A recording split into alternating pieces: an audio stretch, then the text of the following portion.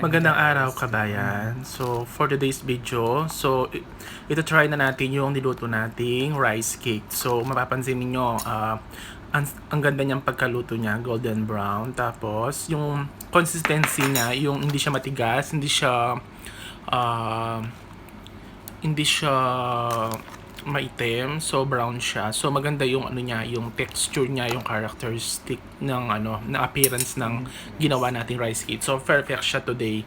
So ang ginamit lang natin dito yung wala tayong fresh coconut dito. So ang ginamit natin yung coconut cream na liquid na binili natin sa supermarket.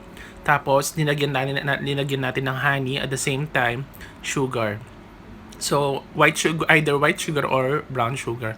So, meron tayong video sa ibang content natin. Tingnan nyo doon kung paano ko siya ginawa. So, napakasarap niya, napakalambot, malakit siya, sobra, napakasarap, sobra.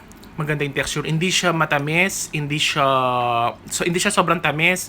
Nasa middle lang siya. So, hindi siya nakakasawa. Tapos, sinamahan ko siya ng coffee. So, napapansin nyo, nag-enjoy talaga ako habang kinakain ko siya. Sarap na sarap ako.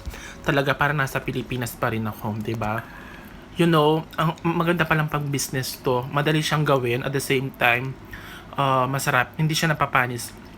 Ang advice ko lang, huwag niyong ilagay sa refrigerator kasi titigas siya. Kasi ilang beses na ako nagluto.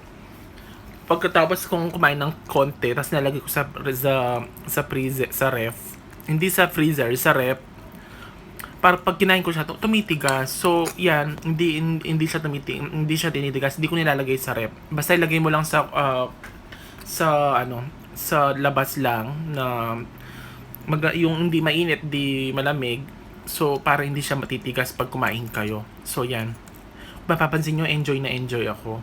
So, masasabi ko lang, yung palatability of the rice cake is very delicious. 101%. Mapapansin nyo, nag-enjoy talaga ako sa pagkain. Tapos, ang kagandaan kasi ng rice cake, pag kumain ka ng rice cake, samahan mo siya ng coffee. Nescafe. Yun. So, mag-enjoy talaga kayo. So, sa mga nagtatanong kung paano siya ginawa, meron akong video na content. Check ninyo doon kung paano ko siya ginawa. Nandun lahat.